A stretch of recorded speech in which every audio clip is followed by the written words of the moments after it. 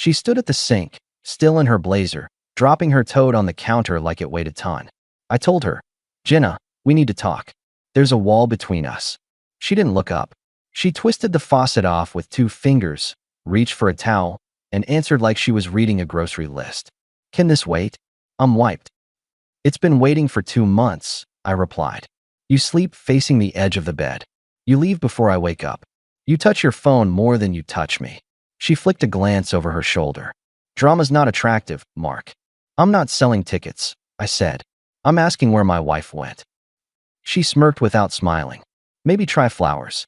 Or plan something. Something not about you. I planned dinner last week. You canceled. Twice. Clients. Deadlines. You know real life." "It's our life," I said. She turned, folded the towel, set it down too neatly. "I'm taking a shower." She walked past me like I was an end table. The bathroom door thudded. Steam started. In the mirror over the sink, my face looked like a guy who'd kept calm for too long. I wanted to believe it was a phase, a bad quarter, something fixable with a weekend away. If I'd known where it was headed, I would have saved my breath and my receipts. I put the kettle on and stared at the 4 magnets on the fridge, 1 from Lake George, 1 from Sedona, 2 from little towns we'd wandered through before life became a calendar invite. I texted her, even though she was 10 feet away. "I booked Friday at Rocco's. 7 p.m. Just us." The bubbles hissed. She didn't respond. The first reply came the next morning from her work phone. "Friday doesn't work. Push to Monday." I wrote, "Monday then. Not optional." 3 dots showed up. Then nothing. I didn't nag. I did what I do best. I made a decision with a deadline. Monday I'd put it on the table again. If she stonewalled, I'd change the rules. When Monday came, she walked into the kitchen adjusting a cufflink bracelet, eyes on her screen. "Can we do takeout?" she asked. "I'm buried." "Sit," I told her. 10 minutes. "Then I'll carry this week any way you need." She pulled a stool back. "Make it 5. "Okay," I said. 5 it is." "Start," she said, tugging her sleeve. "We're not okay." "Define okay." "You've stopped reaching for me. You speak to me like a coworker you don't like. If something's wrong, tell me. If you're checked out, say that too." Her phone lit up. She flipped it face down. "You always jump to extremes." I leaned on the island. "I'm too old for games." "You're also too serious for a Tuesday," she shot back. "This mood, it's suffocating." "Then open a window," I said. "I booked us a cabin by the lake next month. 3 days. No laptops." She laughed, quick and joyless. "You booked something without asking me. I'm your husband, not your pen pal." "Cancel it," she said. "I have a conference that weekend." "You sure you want to make that your answer?" I asked. She pushed from the stool. "Make your own plans, Mark." "I just did," I said, and let her walk out. I booked a solo day on Saturday at my friend Lee's auto shop to help him finish a Mustang restoration. If she wanted distance, I could measure it in miles and oil stains. A woman who refuses a lake trip for a conference just told me where she ranks us. I heard it loud and clear. The week rolled forward with her little signals. She'd come home at 9 with a breezy, "Don't wait up tomorrow." She'd set her phone face down. She started locking it. On the 3rd Thursday, she returned in a new dress I didn't recognize, smelling like a perfume she never wore at home. "Nice dress," I said. She spun her car key on a finger. "Perks of working late." "Looks expensive." She shrugged. "Managed. The store call you at work and tell you to pick it up in a booth somewhere?" She threw me a look. "You hear yourself?" "Every day," I said. "And I'm done auditioning for my own marriage." She ignored that. I watched her toss the dress on a chair, peel an orange, and leave the peels on the counter for me to deal with. The disrespect wasn't loud. It was efficient. Saturday, I moved a few of my tools out of the garage and into my truck. New habit. New rule. My stuff, my schedule. She didn't ask why. She didn't ask anything. Monday morning, she put a calendar invite on my phone. Dinner with clients, 7 p.m. I replied with my own. Boundary talk, 6:30 p.m. When I got home early and set plates, she came in laughing into her phone and saw the table. "What is this?" she asked. "Us," I answered. 30 minutes. She lowered her voice into the mic. "I'll call you back." Phone down. Arms crossed. "Quickly. I'm not your backup plan," I said. "You don't book me around clients. I don't accept being spoken to like a chore. I'm done volunteering for cold silence. If we're partners, Act like it. If we're roommates, say so. Mark, you're being extreme again. That line's expired. I told her. New rules. I'm not moving towards someone who moves away. I'll stop initiating. I'm compartmentalizing money. I'll cook for myself.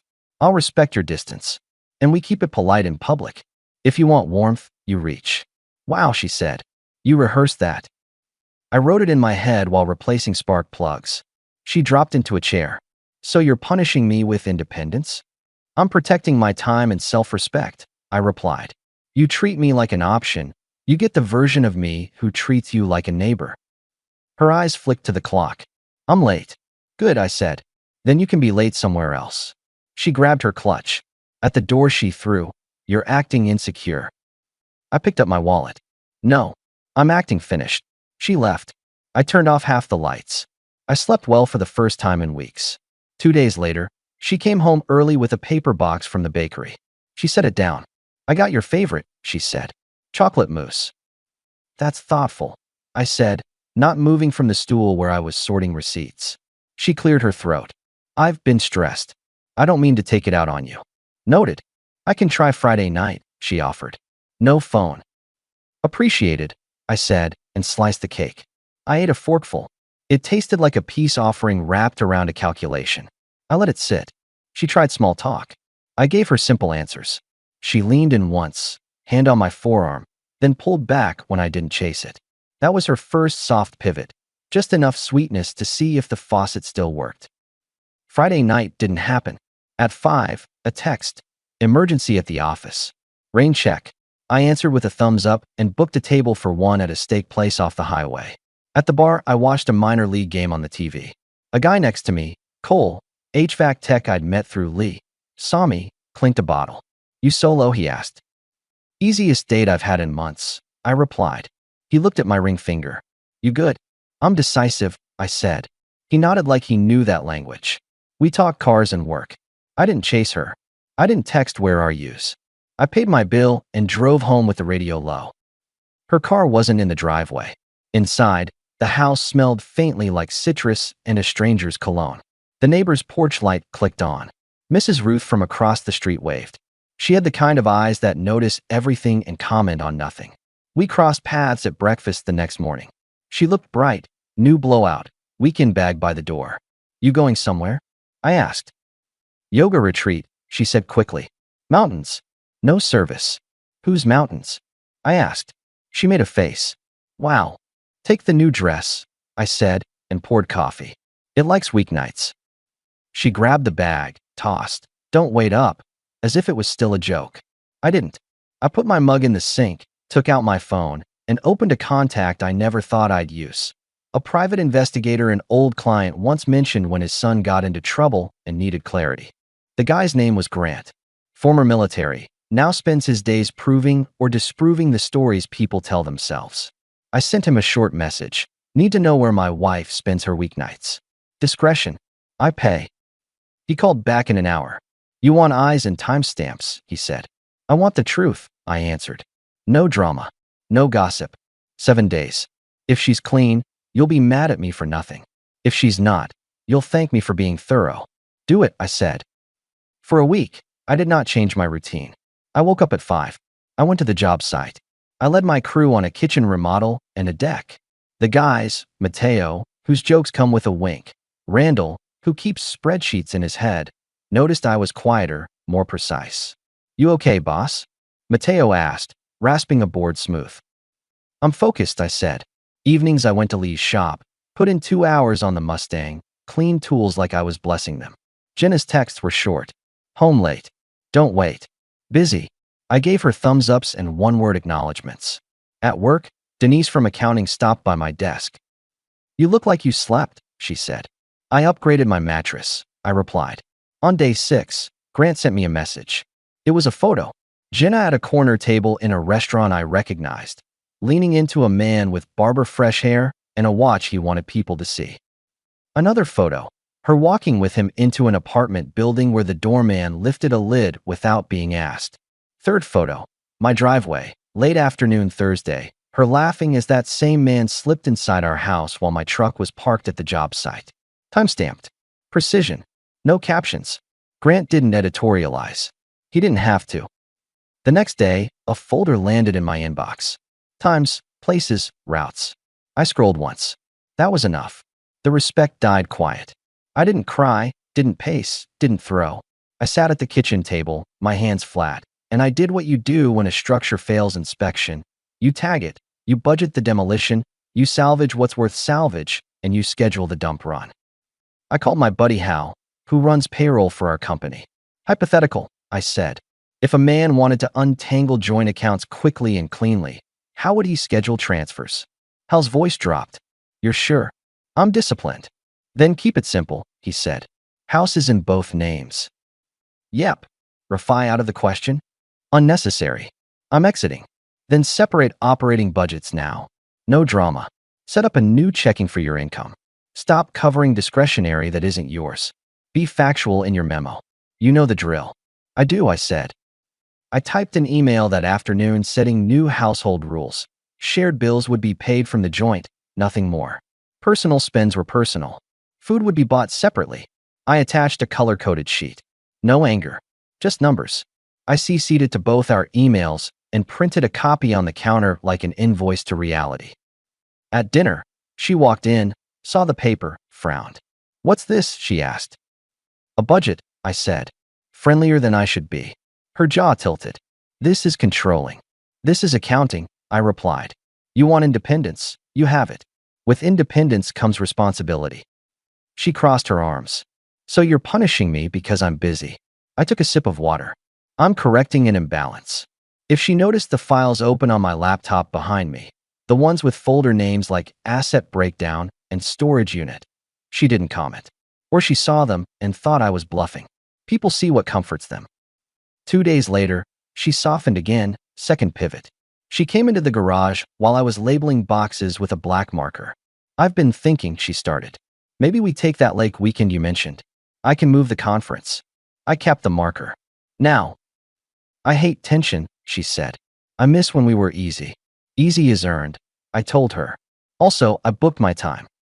With who? She asked. Lee. Mustang overhaul. We're pulling the engine Saturday. So you'd rather spend the weekend with a car than with me? She pressed, stepping closer. I set the marker down. I'd rather spend the weekend with respect. She exhaled, reached for my arm, and let her hand rest. Can we reset? I met her eyes. There was a wet shine in them. It looked like sincerity if you ignored the timestamps. We can be civil, I said. That's my reset. She lifted her hand slowly. She left the garage. 30 minutes later, I got a text. Staying at Dana's tonight. I need space. Dana is her co-worker who thinks men are training projects. I smiled at the wall. Grant had included a photo of Dana's building 2 days ago. It had a different address. I booked an appointment with a mediator the next morning. Not a fight. A process. I also rented a small storage unit by the highway and bought packing tape.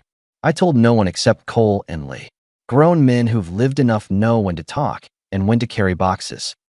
That afternoon at the job site, Mateo whistled. Boss, you're humming. You never hum. Engine day tomorrow, I said. You're good, right? He pressed. I'm clear, I answered. That's better than good. He bumped my shoulder with his. If you need extra hands for, moving, you got a crew. Saturday, I said. Bring gloves. By the time Friday rolled around, the decision was no longer a decision. It was logistics. The private file sat on my home office desk. Dissolution papers, asset chart, a checklist. I set a time delivery through a legal service for the Friday of her birthday week, for days out. No spectacle, just reality arriving on time. We drifted like neighbors, please and thanks, movement around each other in the kitchen, doors closed at night.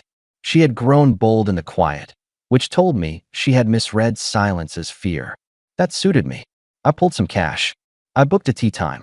I called Cole and told him to keep Saturday open. He hooped. We'll wear you out right, he said. No speeches. Saturday morning, Jenna stood by the island with a suitcase. I'm going with the girls for my birthday, she announced. We'll be in Florida. Don't text unless it's an emergency. Do Dana and the others know you're coming? I asked, opening the fridge. She blinked. Why do you say it like that? Like a sentence, I said, pulling out orange juice. Have fun. If you're going to sulk, At least do it quietly, she said. This trip's been planned for weeks. Of course it has, I said. You're very organized. She tilted her head. You don't get to be mad because I'm not sitting home on my birthday. I crooked a finger toward the suitcase. Don't miss your flight. She zipped her lip into a line and wheeled the bag out, chin up. At the door she paused. If you don't like it, file for divorce, she said loudly, like a dare pitched across a street. I took a slow sip of juice. Noted. She left in a cloud of self-satisfaction so thick you could bag it and sell it as confidence. I waited 5 minutes. Then I texted the group thread. Game on. Cole pulled up with a trailer and a grin. Mateo showed with coffee. Denise and her husband dropped off a dozen flat-pack boxes. They'd been through their own winter last year and understood the steps. We cleared the closet, folded what was hers into suitcases, labeled Jenna, bedroom, Jenna, bath, Jenna, office. I took nothing of hers that wasn't clearly hers. We were machines. By noon, the storage unit hummed with zipper sounds. I changed the garage code to something new. I closed the joint credit card. I moved my direct deposit. I left the shared utilities alone.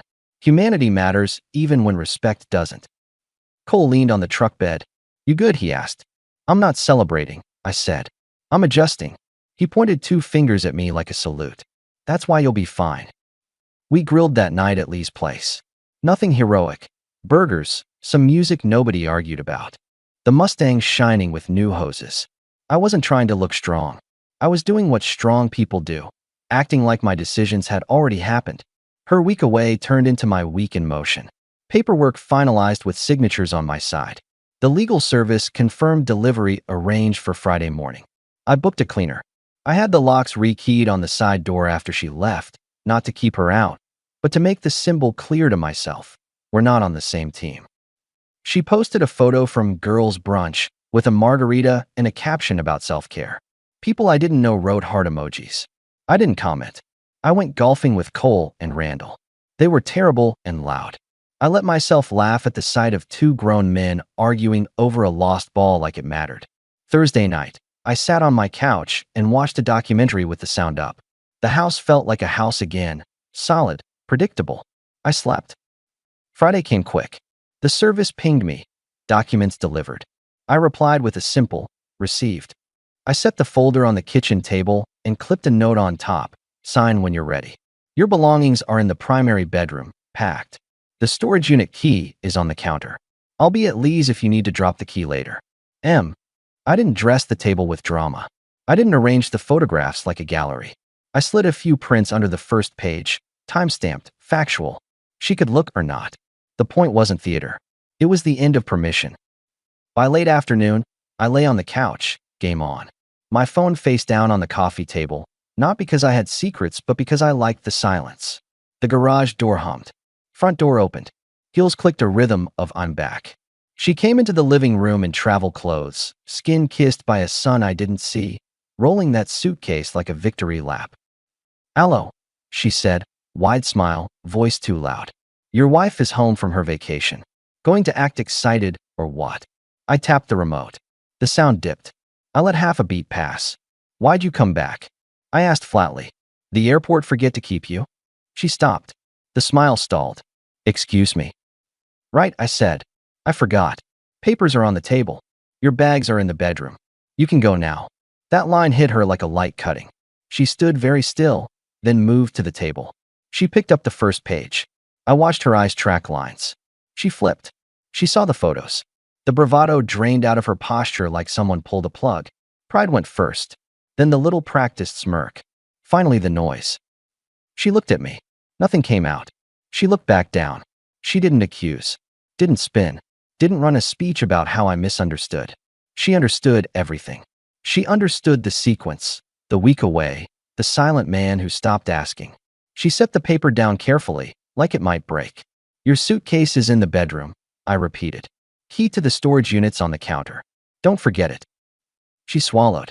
I don't like seeing people small, even when they earned it. But I respected the moment by not filling it. She went down the hall. I heard zippers. Drawers sliding. I didn't get up. She made 3 trips to the car without looking at me. On the last one, she grabbed the storage key, paused at the threshold like a swimmer looking at cold water, then left. The house settled behind her. I exhaled once, because breath belongs to whoever stays. I didn't text anyone. I didn't toast to freedom. I turned the sound back up and watched the last inning. Then I stood, took the papers off the table, put them in a folder, and slid the folder into a drawer. Chapter finished. 2 days later, Cole pulled into my driveway with a toolbox. "Garage shelves?" he asked. "Garage shelves," I said. We put up a clean row. I hung my own gear, not because I was that guy now, but because order is a good anti-anxiety drug. My phone buzzed once that afternoon with a number I recognized. Jenna. I let it ring out. She didn't try again. She didn't show up. People think speeches fix facts. They don't. A week after that, I bought a used F-150 in good shape from a guy moving to the city. Paperwork done in an hour, no nonsense, no finance office, protection packages. I drove it to the hardware store, grabbed what I needed, and went home like I'd always done it alone. Denise invited me to a cookout with her and her husband's circle. Real adults, normal conversation about mortgages and teenagers who leave lights on. A woman named Claire laughed at my description of the Mustang's stubborn alternator. She had surgeon's hands and a dry humor that made me feel like I wasn't auditioning. We exchanged numbers without ceremony. No promises, just a normal beginning. Work clicked. We finished the deck early. The client, a gruff retired teacher, shook my hand like he meant it. "Your crew shows up on time," he said. "That's rare. We show up for ourselves first," I told him. A month passed. The paperwork returned with her signature the way a package returns when it's addressed wrong. My lawyer, basic, efficient, handled the filing and the logistics. No courtroom, no drama. The mediator sent a closing email. All items resolved. I clicked archive. I heard about Jenna once through the neighborhood radio. Ruth across the street chatting with someone on her porch. Not gossip, just data drifting. She moved into an apartment near downtown. Short lease. She's not around much. Translation. The new world she chose didn't come with stability. I didn't feel warm or cold. I felt done. On a Saturday morning, Claire and I drove out to a trail by the river. Coffee in a thermos. A quiet that wasn't tense. At the top, she said, "You're a calm man." It sounded like a compliment and a warning to herself. "I'm a man who likes clear lines," I replied. "Then draw them for me," she said, and smiled. "I don't chase," I told her. "I match what I get." "I can work with that," she answered. We walked back down, not in a rush.